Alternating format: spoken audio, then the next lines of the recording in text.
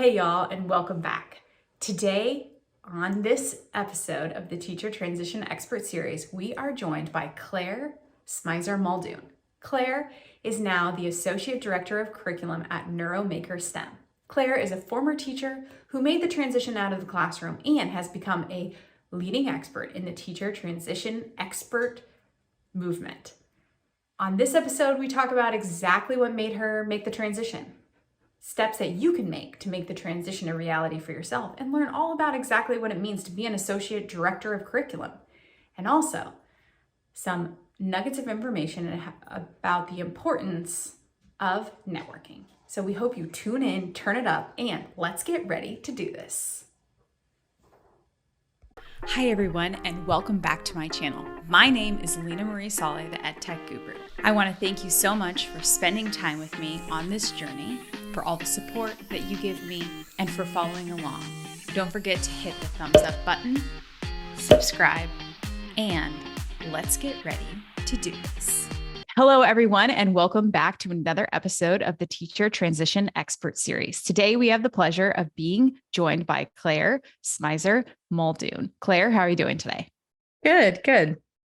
Awesome. We are so excited to have you. As we do with every episode, we'd love to hear a little bit about you and how you got to where you are today. Sure. Yeah. So I was a teacher for 6 years out in California. I taught in the Central Valley. I specifically taught multiple subjects, 4th, 5th, 6th, and 7th. But I taught particularly in socioeconomically disadvantaged areas for the first 4 years. And then for my last 2 years, I taught in an area that was a little more affluent. I taught with a 5th grade class, and I looped with that class to 6th grade. But I taught all my subjects during those 6 years that I taught out there. It's a lot of movement there between like the different grade levels and things like that. I too did a lot of like movement. Did you enjoy looping? Yeah. So actually one of the things that I liked the most about moving was not being stuck. Like by the time I taught 7th grade my very first year, and I really enjoyed it. We did more of kind of a college style round robin, everybody bringing a topic for a subject that day, and we taught based on that, or I taught based on that. I had a really small classroom.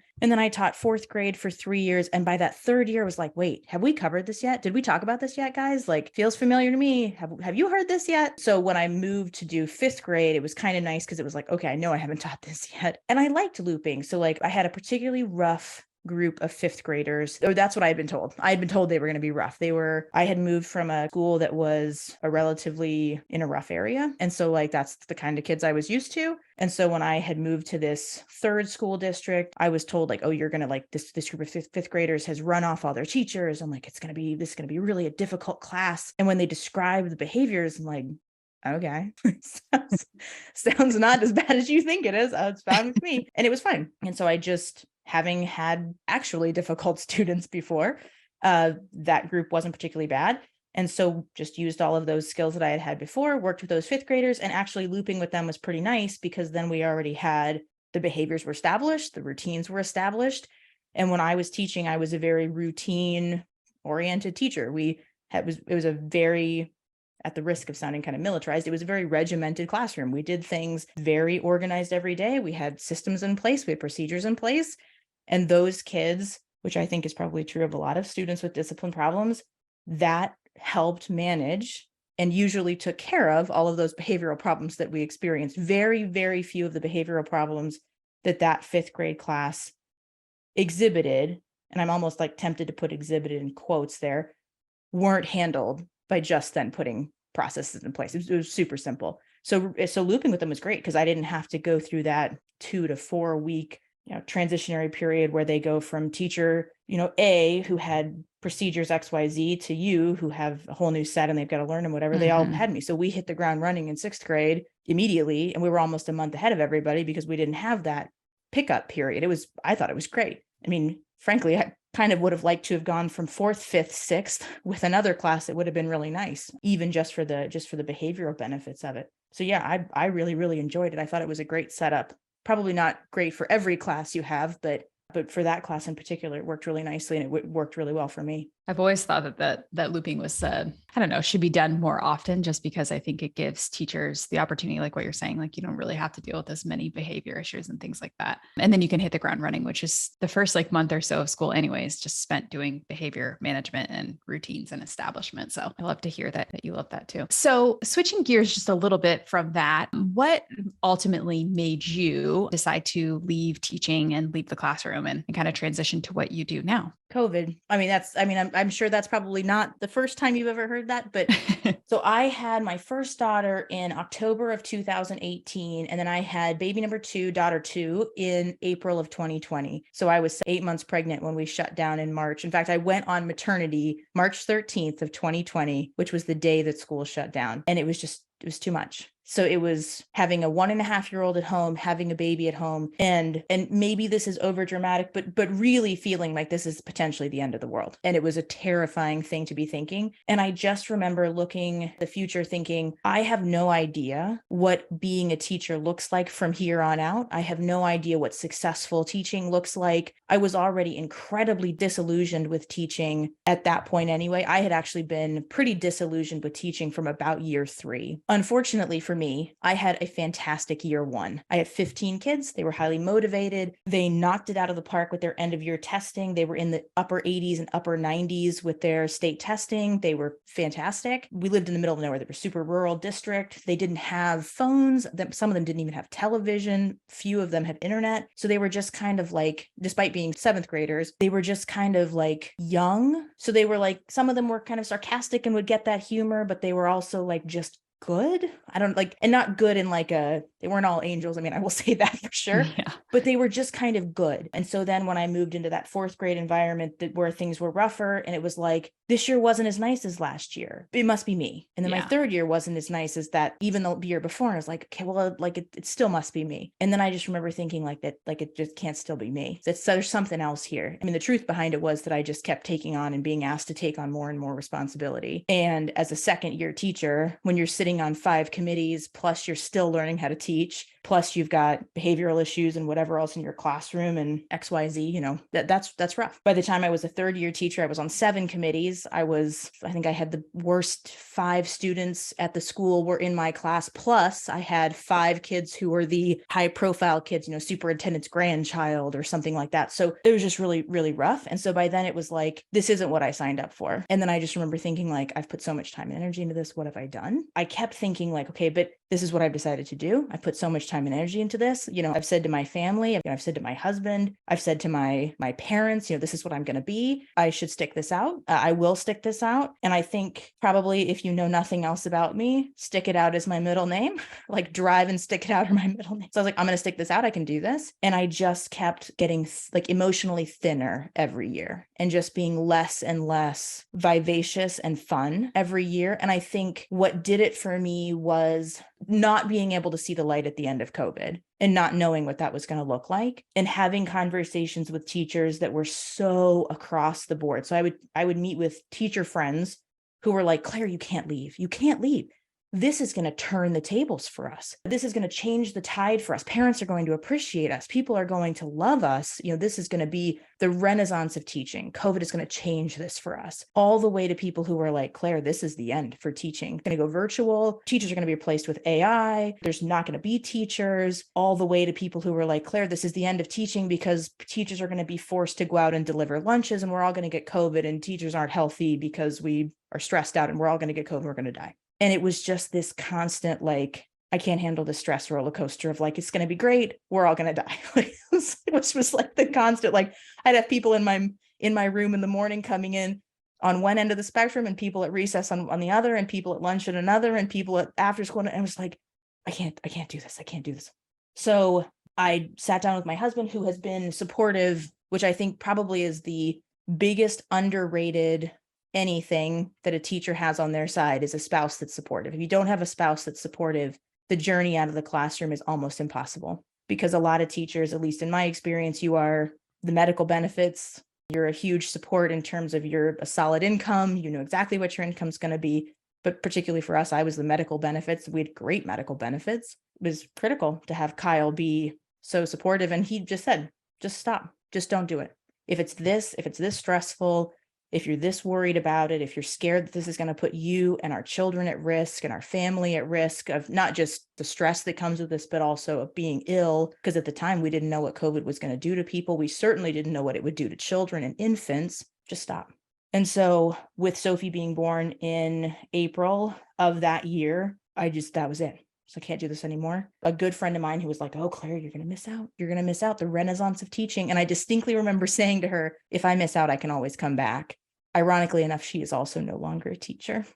So I think there was a period that next year where I think there was this moment that maybe we could have had this like renaissance for teachers, but it didn't last. That was not enough of a pull for me to come back. And there was a world out there that I wasn't even familiar with. Truly, not really until March of that year did I even know this EdTech space existed. I mean, you kind of know it exists because you know that people make these products, but didn't even know this existed as an opportunity for people like me until March of that year. And then I kind of fell down this rabbit hole of like, what in the world am I going to do with my life after dedicating 8 years, 10 years almost to becoming a teacher and then being a teacher? What am I going to do? So that was very scary. But that was the impetus for me leaving the classroom, was I could not see the light at the end of the tunnel. And I was too afraid for what that was going to do to myself and my girls. And I was not going to be the mom to them with the stress on my plate from teaching that I was being to my students. I was a better mom to my students than I was going to be to my girls. Yeah, I can see how that would be a big deciding factor for, kind of opening yourself up to new opportunities and things like that. And I'm sure being a parent, I'm not a parent yet, but I'm sure that also just changes your outlook and perspective on different things. And I think what you're saying is being a better mom to your students than to your kids is also like a big decision maker, I think, in the process of deciding to leave. So when you did decide to actually leave the classroom and, kind of open the door up and explore the world of EdTech, is there any specific steps or things that you took to actually make the transition out of the classroom? I was lucky in some regard, and I think some of that plays into this, but I networked really well. So when I was a second year teacher in a district that had just gotten Illuminate products, we had a CSM who was very involved with our district. And I was very eager to learn all about their products because I was going to start being in charge of some of the stuff that we did at my school site with their products. And so I spent a lot of time with her. In fact, I helped solve a problem that they were having with one of their tiling structures. I worked on it at this event that they were having at our district, showed her the suggestion that I had made. That actually was what they were looking for. It was great.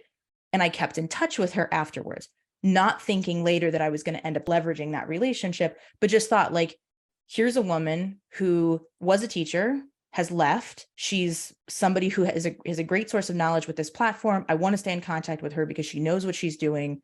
I may need help with this stuff because it's new to me. She's just a well of knowledge.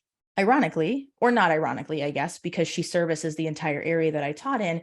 My 5th year teaching, I was at a training and she's the CSM for the new district that I'm at. So she's at the training. At the end of the training, she comes and sits down and says, hey, who are you in this new district? Are you their curriculum director? Are you this whatever? And I'm like, no, I teach 5th grade. And she's like, oh my God, why? Why? I was like, because I do, because that's what I do. And she's like, oh, well, you're an expert at our products by this point, after having just come from your previous district and leading all that stuff. Have you ever thought about maybe doing teacher training on the side with our product? And I was like, oh, maybe. And we kind of had this conversation briefly and I didn't think much of it. I got her phone number and I got her email address and just kind of kept in contact with her very, very loosely. I'd email her once every couple of months and just be like, hey, thinking of you, hope everything's doing really well. She'd had a baby in the meantime. I asked her about her baby, that kind of stuff. And then when I knew I was leaving, I knew it like in March of 2020 when I was leaving, I reached out to her and was like, hey, changed my mind. Think I'm ready to do that teacher training. Any idea on who I need to contact? And because I had kept in contact with her and because I had demonstrated my skill to her in that platform, I didn't really have to interview. So she hooked me up with the person who ended up being my boss at that job in that contract role, which is another thing I can't stress enough. For teachers leaving a contract role, in my opinion, is gold. You can oftentimes do it while you're teaching. It's a way to get your foot in the door, get experience, and make yourself a viable candidate for an ed tech position when you can't sometimes convince someone that your teaching counts, which it should, but you sometimes can't, as cruel as that reality is. So I got in, I did teacher training. I ended up being a pretty pivotal trainer for them. I did a lot of their kind of odd trainings, like people wanted some kind of customized training, or they wanted some kind of like, hey, we don't really want training. We want these people to be able to sit in and ask any question they can think of. Do you have anybody for that? And that would be what I would do. And I would take trainings all the time. And at that point, my two girls were young. And so I could pick, hey, yeah, I'm happy to train on Tuesday, or, not this Tuesday, or, whatever it was. So I would take as many trainings as I wanted. And I ended up being nearly full time for part of it. I think I trained something like 2,500 people by the time I had been there for almost a year. One of the districts I worked with, I trained 1,800 people in 6 weeks. I mean, it was just staggering number of people for some of this stuff. And then during that period of time, I got asked to take on a little bit more of a hefty responsibility in terms of training a new batch of people that came on. My boss ended up taking a job at the district that he had worked at before, doing grant writing. And so I stepped into his role for a while to train a CSM that had been earmarked for that position.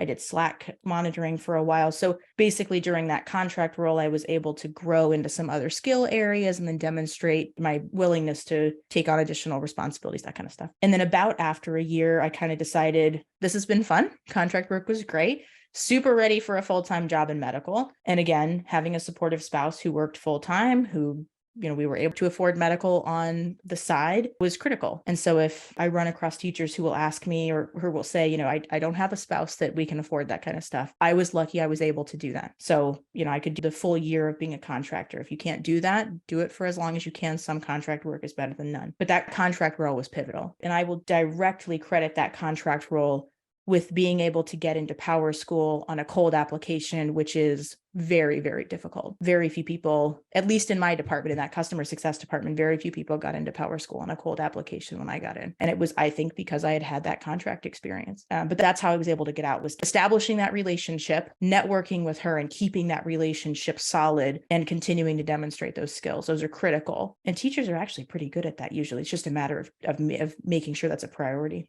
I agree with you. And I think you mentioned a couple of hidden gems in there. Obviously, the networking piece and keeping in touch with those CSMs, or even just being able to reference that. I think being able to reference that, when you became a product expert for the CSM in the district. And so that was really important for both sides. It was a two-way relationship between the two of you. I did the same thing too, where I would launch a lot of like EdTech products within our school. And then I would leverage that like discovery. And I ended up launching it for the whole district. So then I could speak to that within, when I did start to make the transition, I'm like, oh, I've done a ton of rollouts. I've actually done it from both sides and leveraging it. Then I end up doing trainings. I've audited the data. Like there's all kinds of pieces and points that come from that.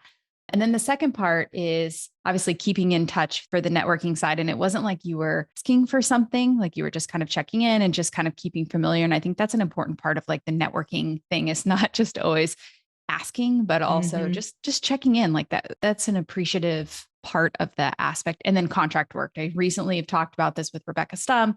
Andrew Webb was just on, and we just talked about the importance of contract work. What you said as a teacher is sometimes it's hard to fill the gaps, like whether on a resume or just for somebody to want to take a risk on you. And I think more and more companies are actually moving to this contracting position.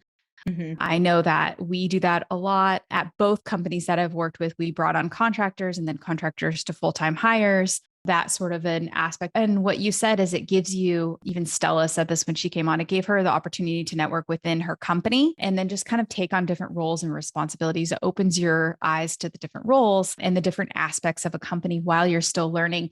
And it's a lower risk for everybody because you can say bye at any time and they can say bye at any time. So it's like a more comfortable position to be in, I would say, in both of those aspects. So you mentioned that you moved out of the classroom and then moved into your contract role and then moved on to Powerschool. But now you're no longer at Powerschool. So it sounds like when you were at Powerschool, you were doing a CSM position. So what was that transition like for you? Obviously doing the training, moving to a CSM role, and then now you are the associate director of curriculum.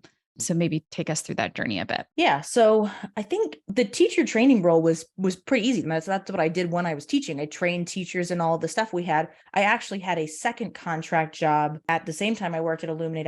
I wrote e-learning for a company called Edulastic that has now been purchased by GoGuardian, which is basically like a shade of Illuminate. I mean, it's kind of like it's the same thing. So I wrote e-learning for them because they didn't have teacher training. And so I had done both of those things. Then I got picked up by Powerschool for the CSM role. And really, CSM work at least in my experience, wasn't particularly difficult to transition into. One, having been a teacher, you're focused on the success of your students and the success of your parents and the success of your teachers and whatever. Having been a mentor teacher, that was pretty easy.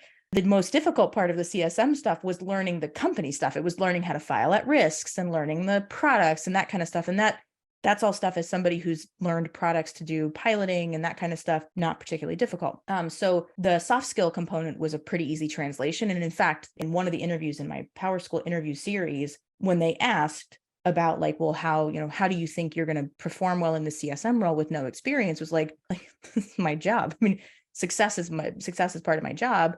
Not to mention I'm a professional learner. Maybe not my best answer of all time, but it seemed to work. Was, as a professional learner, if I don't learn something, doesn't speak ill of me. It speaks ill of your teaching. So it's not on me.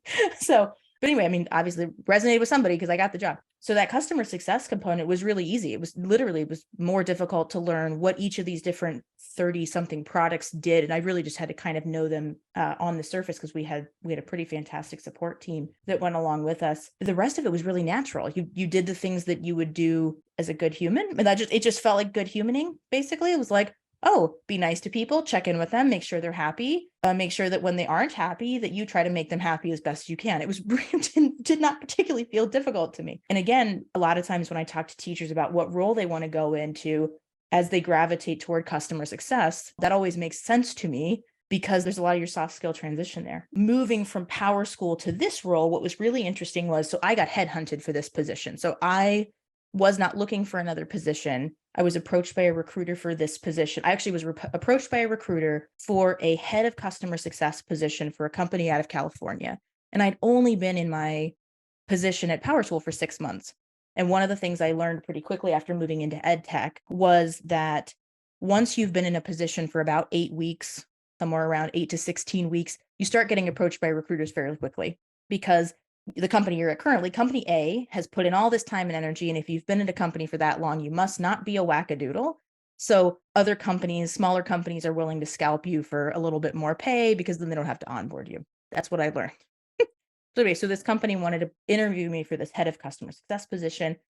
And I said, I'm not interested. I like it at Powerschool. I love my team. I had 2 of the most phenomenal bosses I had ever had. I'm not interested. And I only have 6 months in this. I mean, do you want me in this role? I've had 6 months here. Are you sure? Like, you want me running a team and I've got 6 months of experience? Does that seem like the best idea to you? No, thanks. So, thank you. No, thank you. A couple weeks later, she reached out again and she was like, well, I got to thinking about it. What about a curriculum job? And I was like, oh, the magic word, the C word, the good C word, curriculum. And I was like, I don't think so. But what is it? And she's like, well, it's a STEM company. They're based out of Massachusetts. The guy who runs it is really interested in you. Would you like to meet with him? And I'm like, well, would you tell him that I'm not interested in the job first? And she's like, fine, but you want to meet with him? And I was like, fine, but tell him I'm not interested. And so when I first met with who is now my boss, like the first thing I said to him was like, I'm like 90% not interested in this job. And he's like, that's fine. And so I think probably the lowest stress interview I ever had, I think we met for like 2 or 3 hours, just talked for like 2 or 3 hours. So then she got a hold of me again a couple weeks later and was like, hey, he'd like you to meet somebody else on his team. And I'm like, well, tell him I'm like 80% not interested in this job. Pretty sure I'm not interested in this job. So I met with them, whatever. And he got a hold of me again. He's like, they'd like you to meet their director of sales. I'm like, well, you tell him I'm like 50% not interested in this job. Okay. So anyway, the really nice thing was, after having been offered the original position, which is the curriculum manager position, I came back to both my bosses at Powerschool, my direct supervisor and then her supervisor. And I said to both of them independently, like, I don't want to leave. I love it here. And they both said, we don't have a curriculum department. There's no curriculum associated with Powerschool. If you don't take this position, that's it. There's no alternative here. You can try to go into product later, but you're probably going to start from the bottom and work your way up again. What does it hurt to go try it? And I'm like, yeah, but I don't want to lose my relationships here. I don't want to lose the time I've put in here. And both of them independently said, but if you don't try this, you will regret not doing this. There will always be a spot for you here. So that was really nice. I took the chance. I moved over here. That worked out really nicely. I ended up being promoted, I think 5 months after I got here or 6 months after I got here. into the current role that I'm at. And I keep in touch with both of my bosses from Powerschool. One has moved on to another company. One is still at Powerschool. After having talked with both of them, I don't feel like that was blowing smoke. I do feel like if something terrible were to happen, that would never be an issue. You go right back over there and it would be totally fine. Like that speaks again to that networking and being really open. So maybe not so open that like you give everything away, but like being very transparent in your goals, what you want your outcome to be, being very realistic in your asks. That has, at least in EdTech, it didn't always work for me in teaching. I will say that. Yeah, not in teaching. No, but within the EdTech space, I very rarely, never, when I've been transparent and open with what I want or need, has it ever not gone well. I work really hard. I do what I'm supposed to do. I expect to be treated the way that I treat other people, and I have yet to have that blow up in my face. So yeah, again, that networking component has been so critical too, is keeping in touch with them and making sure that they're both still happy and doing well. And I also have kept in contact, even with like my old administration, with with my bosses at my previous work. I mean, they've even been like, "Hey, do you want to do some like side training for us?" yeah, I'm like, I don't know if it's like the same, like, we can't necessarily do that relationship right now, but there are the opportunities. I think it's just important. You never should burn bridges wherever you go. Sometimes your administration, when you're leaving teaching, can be a little rough. Like when I left teaching, they were not happy. They were very upset. I think that, the thing about teaching is you can, one, always go back, exactly as you had said before. And two, there's always other places to move to and things like that. So if that's something that you want, but I just think the importance of relationship building and networking are really important. Code Monkey, I also did some like CSM work. Our CSM left and went to a new role. And so I took on all the ownership of everybody's customer success and how to lead it and how to roll it out. And I too just didn't find it that challenging because I've done so many trainings over time that it was just making sure, that you were organized and that everything was noted and things like that. But it really can be a really nice, natural transition. And then I like what you said about, where you work now and how you still took the meetings. And I've said this before and I've made posts and I know people get angry about it, but when you become to the point where you're driven by money and not necessarily driven by passion or success, then you can get into a really sticky point. I'm not saying when you go to take a job that you shouldn't think about salary and that sort of thing. But like, if you're like somebody headhunts you and they're like, the title is 200,000, whatever, and then you're like, oh, I want this job because of that financial aspect. That doesn't mean that you're going to be happier where you go. You need to go to where you feel passionate and excited. And what is the opportunity that's going to be there for you? Because at the end of the day, we spend more time working than we spend with our spouses, than we spend with our probably kids, like anything that we do in a day to day, everything in our life is really, it's mostly work. Yeah. We have fun, but that's really the majority of what our lives are spent doing. So if you're not enjoying what you're doing, it's going to be problematic. It's not that you hated being at Powerschool and you didn't like what you were doing. It's just you were excited about the opportunity of doing something, as you said, the C word, the right C word, doing something that spoke to you. And so as an associate director of curriculum, what does a day-to-day aspect or, what do you do as an associate director of curriculum? Yeah, so I'll preface by saying this. So we are a startup. So that title is that's a misnomer. It means So you're a at jack this of all point, trades. yeah. So my job now, when I first started, I did more curriculum than I do now, which I think is kind of ironic with the title change. So we hired a phenomenal instructional designer a couple of months ago. And so she took over the majority of the curriculum building. I do a lot of the like visioning for that, what it looks like. I'm doing one of our major rebuilds. I am taking over that kind of the nitty gritty of it because I want to get back into doing some of that. I haven't done it in a while. It's time for me to take some of that away from her a little bit. Plus she's on vacation. So she actually should get to take a vacation and I should, do that. But so I currently, what I own, visioning for curriculum, some of the building, I own our RFP processes. So our request for proposals or request for quotes. I own our social media and marketing.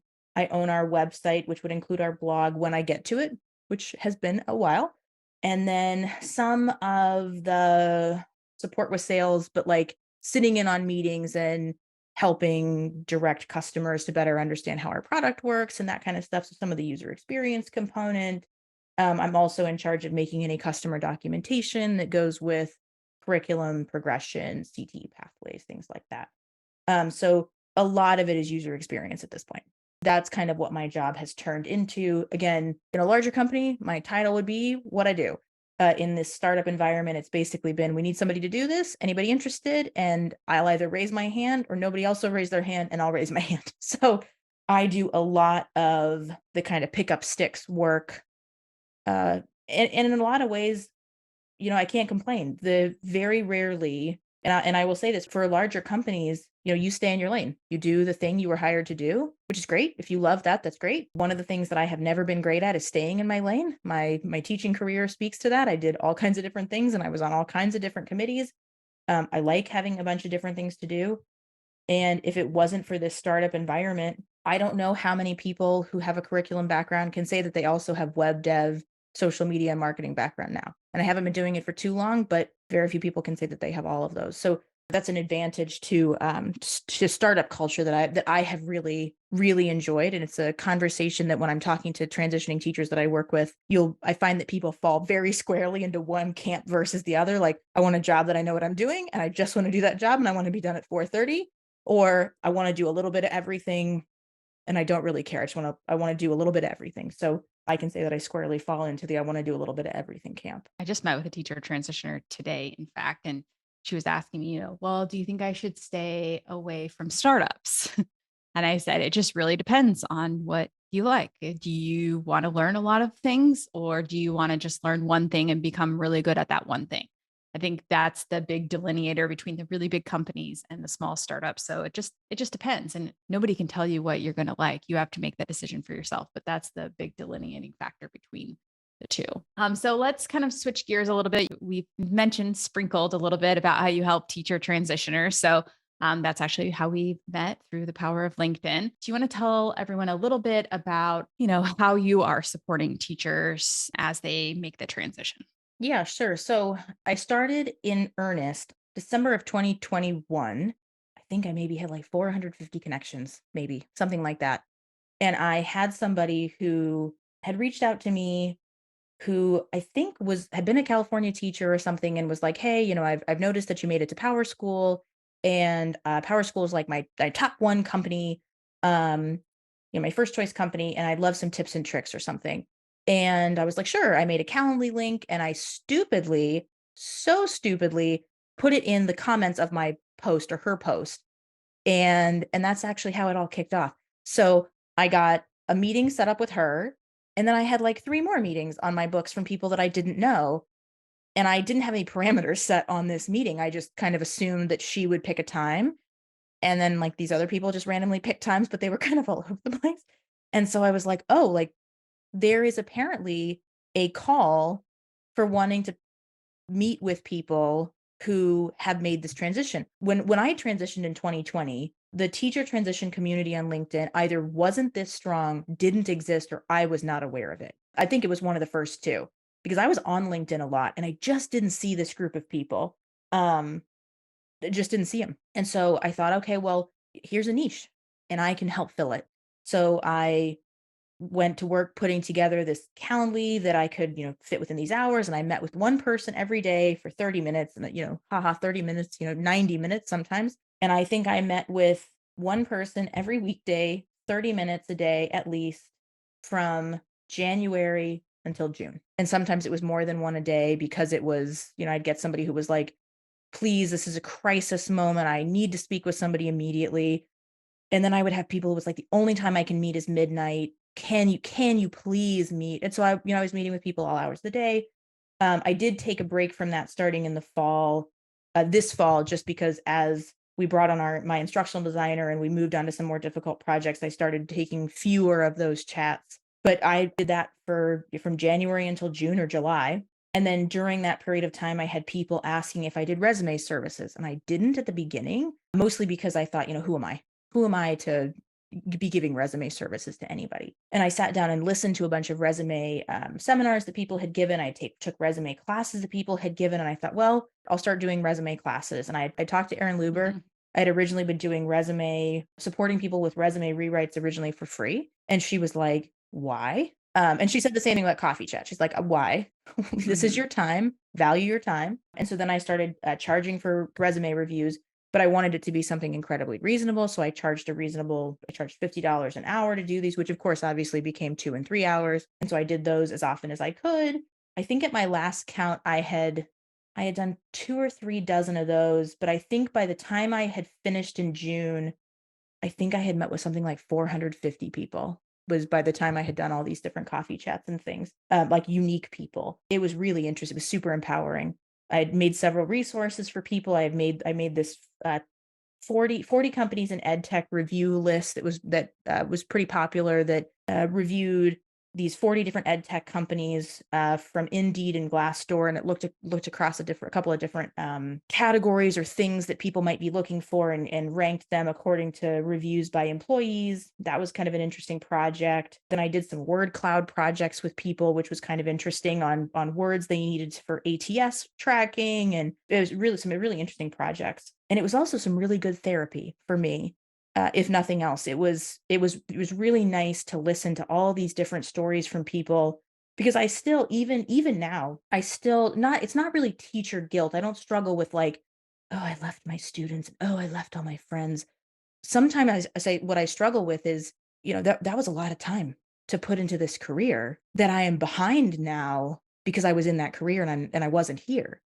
And so I look at myself at 32 years old and think, Claire, if you had started at 22, you would be XYZ now. What has been nice is listening to people give all these stories about, they're in their 50s leaving teaching and they're so excited to go into a BDSR role. And sometimes I'm listening to people thinking like my teaching experience was nothing compared to you, like just peanuts compared to what some of these people have gone through. It was very, very cathartic. And it was good for me also because I think teachers have a propensity, I would say most of us have a propensity, probably most people have a propensity to look back at the past with rose-colored glasses, and so I think for Mhm. me, especially now with my 2 kids, it would be easy to look at their school system and go, "Oh god, they need a 2nd grade teacher.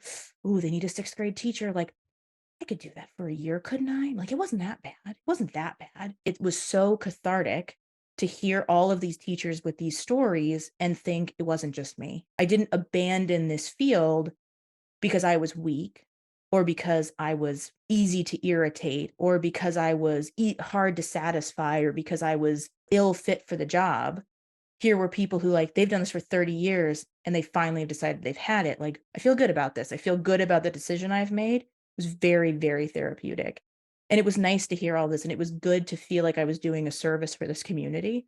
If nothing else than just listening. I do feel like some of the topics that we hit, like non-negotiables is a big one that I talk about with teachers, establishing those earlier, narrowing down your companies. So not just the job types, but why bother applying to companies that are not companies you want to apply for or that are going to be a good fit for you. Those are 2 topics that I talk about with teachers fairly often, or I talk about on LinkedIn fairly often. I don't post as often as I used to, but when I was posting fairly regularly, those are things I talked about. And I think if any of that advice resonated and helped somebody, then I've done a service for that community, and that community wasn't there for me, so I'm paying that. I was very lucky. I got out at a great time to get out, and anything I can give back to that community to help people who are struggling now when it's not as easy to get out, or feels like it's not as easy to get out, then I feel like I'm paying that ease that I experienced forward. So I'm happy to be a part of that.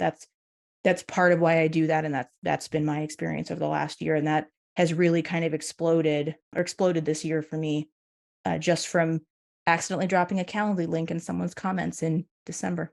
Brave of you.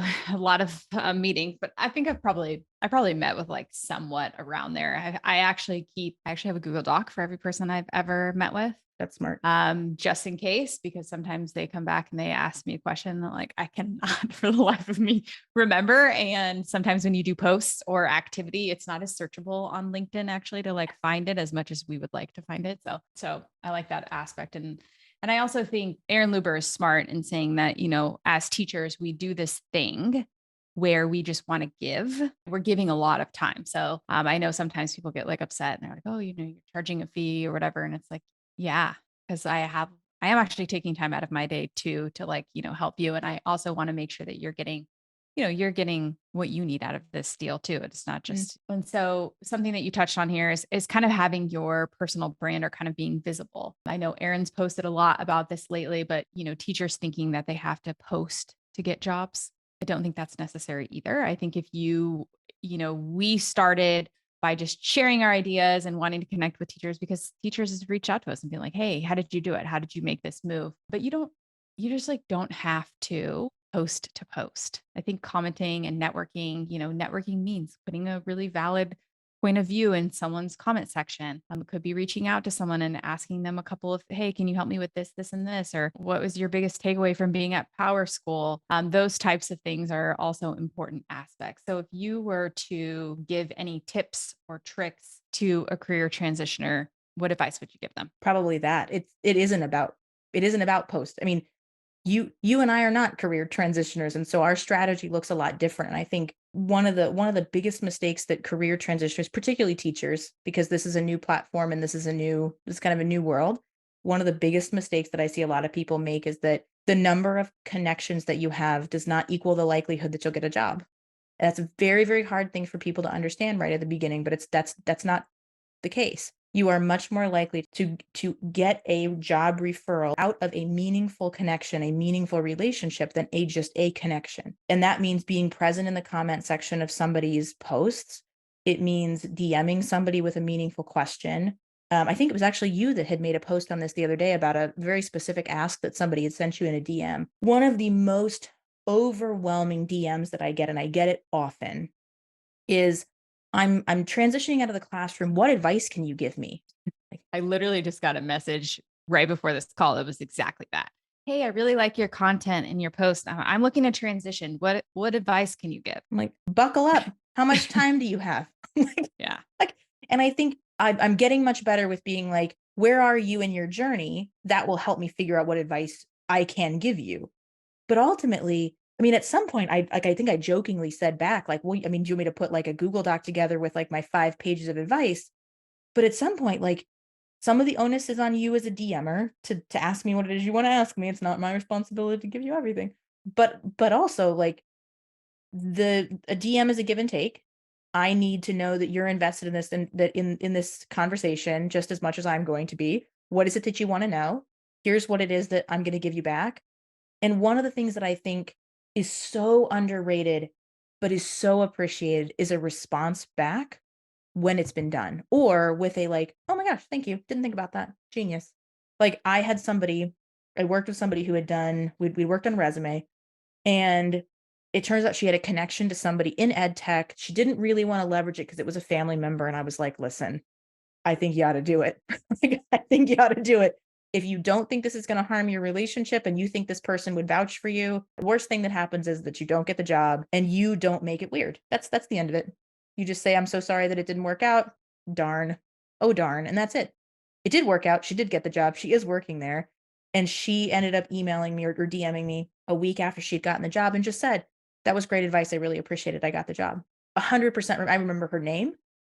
I message her periodically and just like, "Hey, thought of you." It's those kind of outreaches that make a big deal. And she is somebody later that if she reached out to me in 2 years, 3 years and said, "Hey, that job dried up, it didn't work. Do you have any connections for me?" I'd immediately, "Oh, let me just gonna forward your information to so and so and so and so."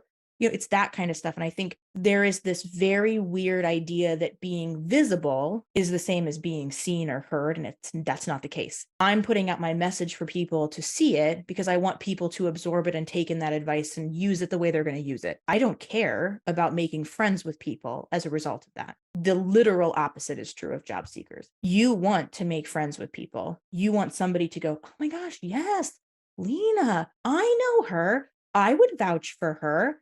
She's fantastic. She's done XYZ. I've seen her projects. I've seen her portfolio. You've got to hire this woman." That's what you want. Nobody is going to do that for me with just the posts I've made. It's the literal opposite strategy of what, I mean, this content creator, influencer, however you want to say it, these thought leader positions, it's literal opposite. Whatever we do the opposite as a job seeker. It's the literal opposite of what you want to do. Mhm.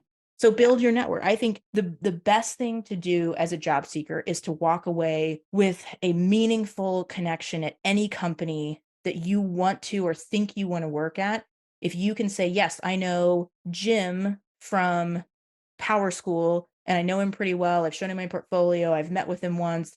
He really likes me. He's going to be a referral. Who cares how many connections you have? You don't care about that. You care about that one connection that is going to vouch for you. That's the big takeaway. My entire EdTech career, networking was the entire reason I got out of teaching, was the entire way I was able to get out of teaching. And networking, I have had more success networking people into other jobs. I think I have networked 6 or 7 people into other jobs that they never had to apply to, just by like, this is a person you need to know. You should interview them tomorrow. Let me know when you're hiring them. Thanks so much. It's nothing to do with connections and nothing to do with views and impressions. There's just so much value in that. It just the relationship building, I think, honestly, there's just nothing else that can replace that piece of it. And we're so lucky that COVID has changed actually the networking game in that it has made it actually easier to network, because it used to be when I first started networking and transitioning, I would take people to coffee Yep. and meet them in person and pick their brains. And then they would refer me to this person and this person. You don't have to do that anymore. Mm-mm.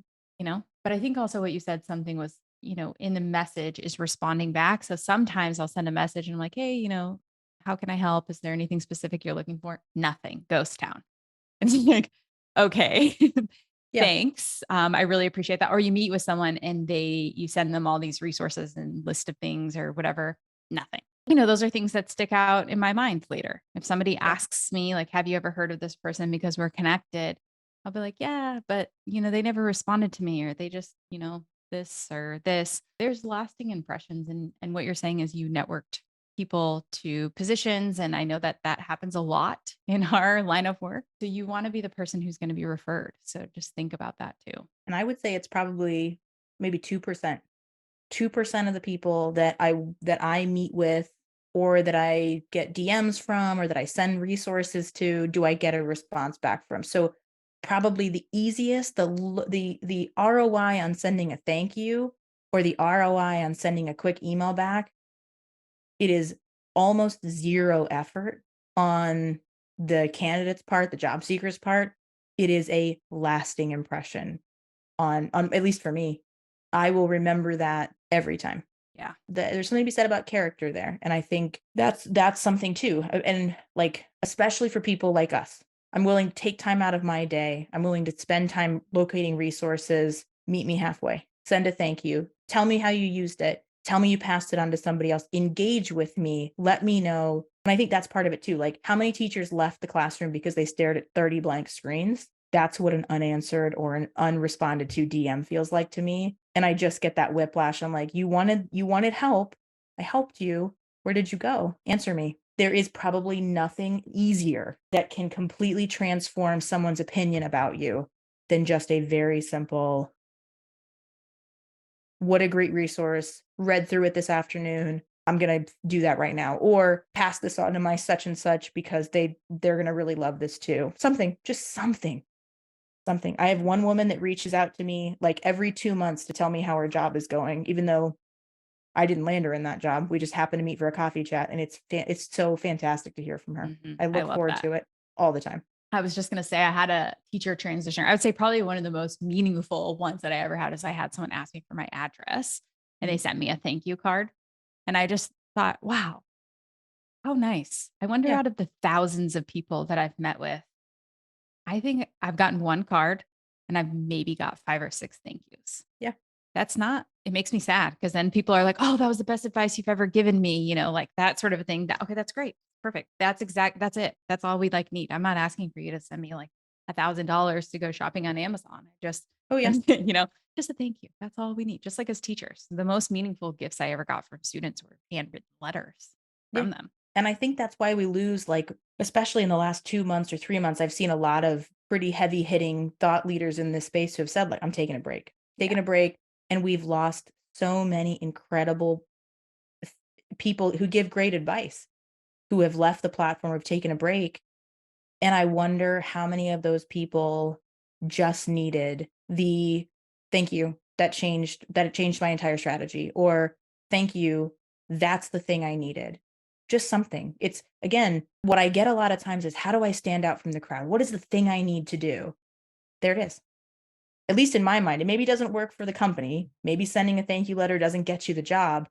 But you know what it does do is it tells me everything I need to know about you when it's time for me to refer you or send you to the next person.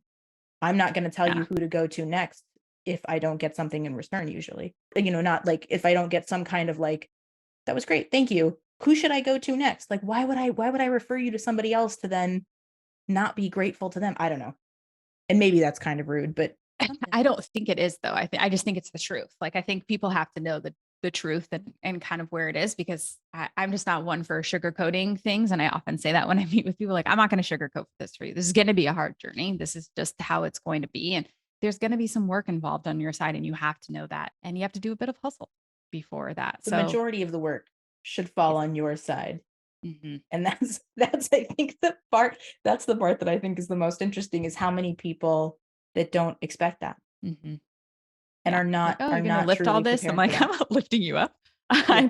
I'm sorry, but like, I wouldn't do it to a student either. If a student was like, hey, can you, a student who just that came to me and was like, will you do this thing for me? I'm not going to do the work for you. That's what we teach. We teach them how to do the work. So I I think also of it as the can't. same relationship, right? Like if I just gave them, hey, you want the SAT answers, I just gave them to you.